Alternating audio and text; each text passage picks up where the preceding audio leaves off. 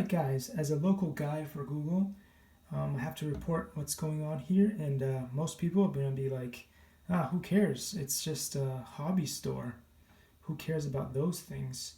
But for me, someone who's been passionate about RC vehicles and all that kind of stuff, whether it's a boat, a plane, a car, so on and so forth, I've been a hobbyist my entire life. So when I see a cool place such as Hobby People,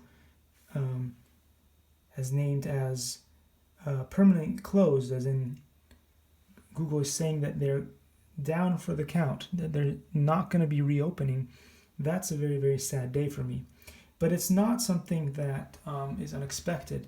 And the reason why I'm saying this is that people don't really understand the hobby anymore, or the new generations don't have the same kind of ideals when it comes to buying things regarding the hobby field. And so something like this, which is a Tamiya 110 scale, on eBay, its actual value of this vehicle, as you can see here, is $245. Of course, in this case, I do believe it probably comes with a remote and all the other stuff. It may or may not, I don't know. But it is something that, like if you're a hobbyist, you understand that you buy one of these things and it's more like a lifelong journey with the vehicle. You don't just buy it and then when it breaks, you just throw it in the trash. What you do is you buy it. It comes in a kit. It takes someone who's never done it before, maybe a whole week on and off to build it. And once it's done, then you tune it and you try it out. And then eventually some parts will break. And then you can easily replace these things. For instance, you can change a transmission or something like that for something as low as $16.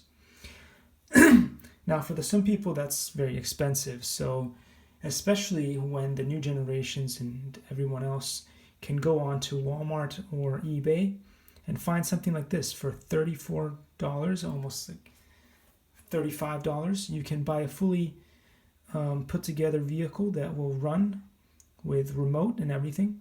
Of course, it's not going to be the same level of capability as a hobby grade because you won't be able to find spare parts and so on and so forth. But, that's the way people are doing things these days. So instead of buying a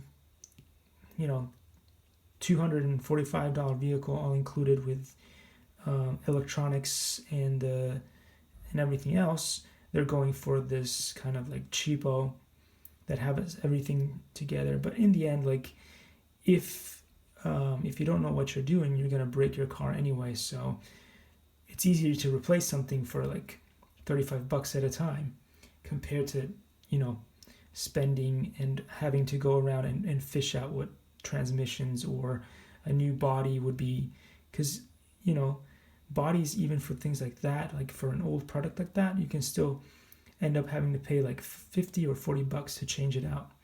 So yeah, this is where the industry is going, and that's why I'm sad to see some companies like Hobby People going out of business like that.